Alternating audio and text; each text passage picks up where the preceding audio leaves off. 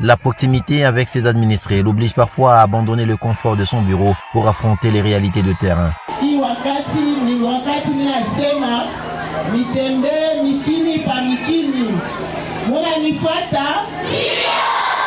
Niangalie manjia iko namna gani. Tunapatana?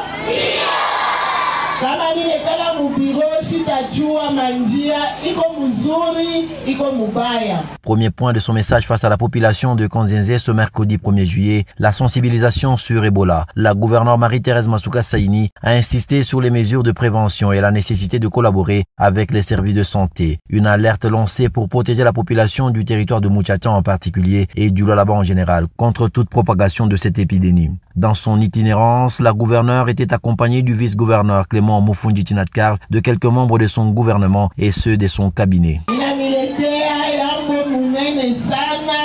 Ya président wetu Félix Antoine Tshisekedi tuko nashikia na mambo ya malari ya Ebola iko kule ku est, me hapa tunapasha nashi kujikinga, tunapatana ba mama kwanza kunawa kumikono, wakati napasha kunawa kumikono mko nafuata batoto juu ya kunawa kumikono mshimama masaa moya mbalimbali inakuwa ya lazima sana.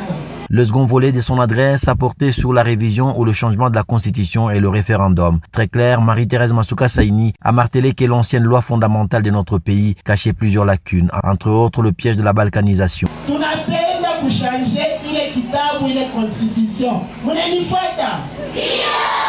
Mwewe mama na batoto bote muko hapa, bale banaweza kuvote kutakuwa ile referendum.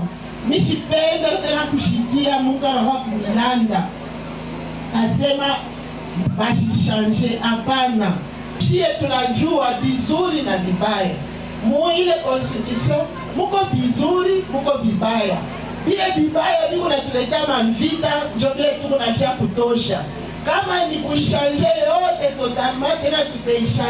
C'est la énième visite de la gouverneure à Konzenze, preuve d'un attachement particulier à cette entité du territoire de Muchacha. Dans cette contrée située à une 50aine de kilomètres du chef-lieu Kolwezi, tout le monde ne jure que sur le projet salvateur de la réforme constitutionnelle.